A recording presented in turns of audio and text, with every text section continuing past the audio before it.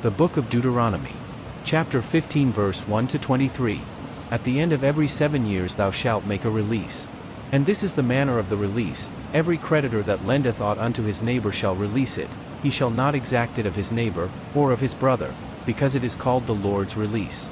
Of a foreigner thou mayest exact it again, but that which is thine with thy brother thine hand shall release. Save when there shall be no poor among you. For the Lord shall greatly bless thee in the land which the Lord thy God giveth thee for an inheritance to possess it. Only if thou carefully hearken unto the voice of the Lord thy God, to observe to do all these commandments which I command thee this day. For the Lord thy God blesseth thee, as he promised thee, and thou shalt lend unto many nations, but thou shalt not borrow, and thou shalt reign over many nations, but they shall not reign over thee. If there be among you a poor man of one of thy brethren within any of thy gates in thy land which the Lord thy God giveth thee, thou shalt not harden thine heart, nor shut thine hand from thy poor brother.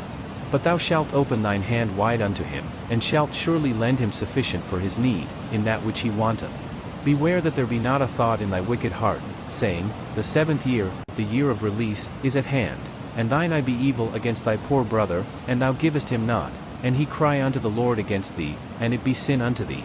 Thou shalt surely give him, and thine heart shall not be grieved when thou givest unto him, because that for this thing the Lord thy God shall bless thee in all thy works, and in all that thou puttest thine hand unto. For the poor shall never cease out of the land, therefore I command thee, saying, Thou shalt open thine hand wide unto thy brother, to thy poor, and to thy needy, in thy land. And if thy brother, an Hebrew man, or an Hebrew woman, be sold unto thee, and serve thee 6 years, then in the 7th year thou shalt let him go free from thee. And when thou sendest him out free from thee, thou shalt not let him go away empty. Thou shalt furnish him liberally out of thy flock, and out of thy floor, and out of thy winepress, of that wherewith the Lord thy God hath blessed thee thou shalt give unto him.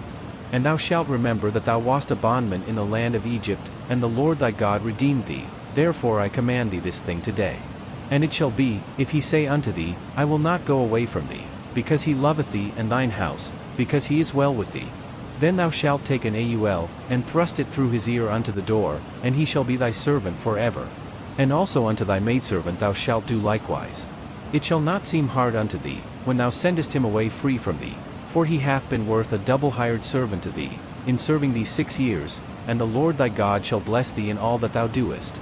All the firstling males that come of thy herd and of thy flock thou shalt sanctify unto the Lord thy God. Thou shalt do no work with the firstling of thy bullock, nor shear the firstling of thy sheep. Thou shalt eat it before the Lord thy God year by year in the place which the Lord shall choose, thou and thy household. And if there be any blemish therein, as if it be lame, or blind, or have any ill blemish, thou shalt not sacrifice it unto the Lord thy God. Thou shalt eat it within thy gates. The unclean and the clean person shall eat it alike, as the roebuck, and as the hart. Only thou shalt not eat the blood thereof, thou shalt pour it upon the ground as water.